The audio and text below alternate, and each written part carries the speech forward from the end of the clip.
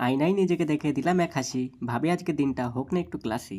চুলে বুলাই হাত, কনফিডেন্স আমার হাই, বাইরে হাওয়া বলে আর কতক্ষণ ভাই। দরজা খুলেই বের হতেই থমকে গেলাম এক সেকেন্ড, রোদটা এমন মনে হলো নামছে আগুন আকাশ থেকে। স্কুটিতে উঠে ভাবি হালকা একটা রাইড, গরম হাওয়া বলে আমাকে দে সাইড। তারপর প্রাকৃতিক দৃশ্য মনোরঞ্জন করতে করতে ট্রেন ছাড়া রেলওয়ে ব্রিজ দেখতে দেখতে NH-12 ধরে পাড়ি দিতে দিতে এগিয়ে চললাম আমাদের গন্তব্যের দিকে। যেতে যেতে পথে ওমেন্স কলেজের পাশে যারা যারা পরেও কমেন্টটা করে ফেলো।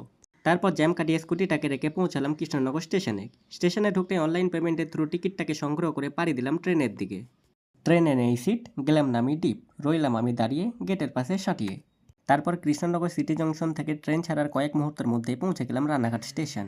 তারপর স্টেশনে নেমে জাদুময় সিঁড়ি ধরে 1 নম্বর প্ল্যাটফর্ম দিয়ে বেরিয়ে পড়লাম এবং বেরোনোর পর ডান দিকের রাস্তা ধরে সোজা হাঁটতে লাগলাম। তারপর আর কি 4 থেকে 5 মিনিট হেঁটেই পৌঁছে গেলাম রানাঘাট শ্রীলেদার। হ্যাঁ, এটাই ছিল আমার গন্তব্যস্থল। তারপর প্রবেশ করতেই দেখি various kind of leather bag, sports shoe, sneakers, belt, ladies shoe, মানে কালেকশনের কোনো শেষ নেই। এখানে এসে তোমাদের মন অবশ্যই খুশি হবেই। মেইনলি এসেছিলাম বাবার রেগুলার ওয়াকের জন্য একজোড়া লেদার জুতো কিনতে। তারপর ভাবলাম মায়ের বা কেন বাকি থাকবে, সো মায়ের জন্যও কিনে নিলাম। দেন আর কি কেনাকাটা কমপ্লিট করার পর টাকা পেমেন্ট করা অর্থাৎ বিলিং করে বেরিয়ে পড়লাম ট্রেন ধরবো বলে। বেরিয়ে স্টেশনের দিকে কিছুটা হাঁটতেই দেখা পেলাম লস্যিওয়ালার, আর গরম যখন সাথে লস্যি আমার হাতে, হি হি হি।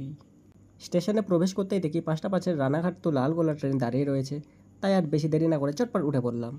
তারপর সময় মতো রানাঘাট থেকে ট্রেনটা ছেড়ে কয়েক মুহূর্তের মধ্যেই পৌঁছে গেল কৃষ্ণনগর স্টেশন। স্টেশন থেকে বেরিয়ে স্কুটিটাকে চালিয়ে পৌঁছে গেলাম শপিংয়ে, কসমো বাজার, হি হি হি। তারপর সেখান থেকে গাদা গাদা জামা কাপড় কেনার পর বিলিং কাউন্টারে গিয়ে বিলিং করার পর বেরিয়ে পড়লাম বাড়ির ফেরার পথে। দেন আর কি বাড়ি ফিরে থামস আপ গিলে পড়লাম আমি শুয়ে। সো এই ছিল আজকের মিনি ব্লগ। যদি ভালো লেগে থাকে অবশ্যই একটা লাইক এবং কমেন্ট করে দিও। দেখা হবে পরবর্তী কোনো এক ব্লগে। সো টা টা।